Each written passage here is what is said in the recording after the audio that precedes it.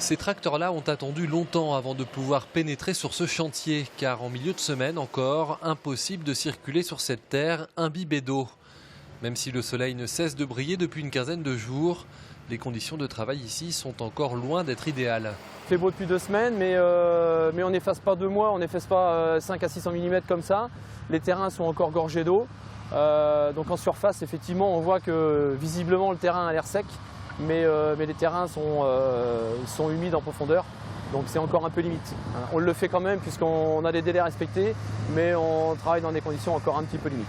Des délais repoussés à 2 semaines pour ce chantier, rien de dramatique pour le client.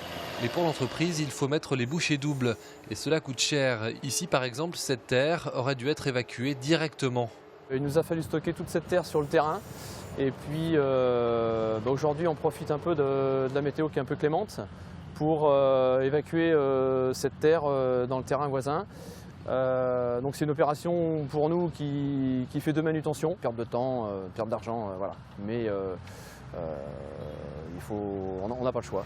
Un peu partout en Vendée, les travaux reprennent progressivement et tant mieux car cet hiver, le travail sur les chantiers ne courait pas les rues. Le fait de ne pas pouvoir travailler en raison des mauvaises conditions climatiques fait qu'effectivement, les effectifs sont restés à leurs effectifs les plus limités. Tout en termes d'emploi, ça a été... Et en termes d'emploi, ça a forcément impacté. Et là, on peut parler des emplois effectivement plutôt intérimaires, effectivement, qui est le levier immédiat dans ces conditions-là. On n'avait franchement pas besoin de ça.